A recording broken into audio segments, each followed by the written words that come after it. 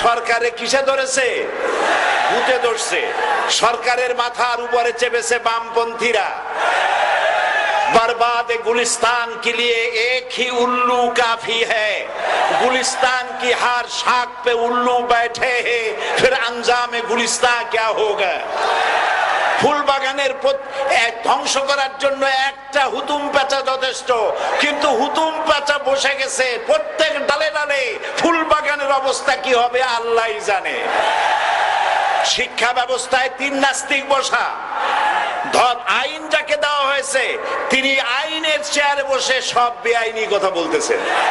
তিনি বলতেছেন ধর্ম ভিত্তিক রাজনীতি চলবে না।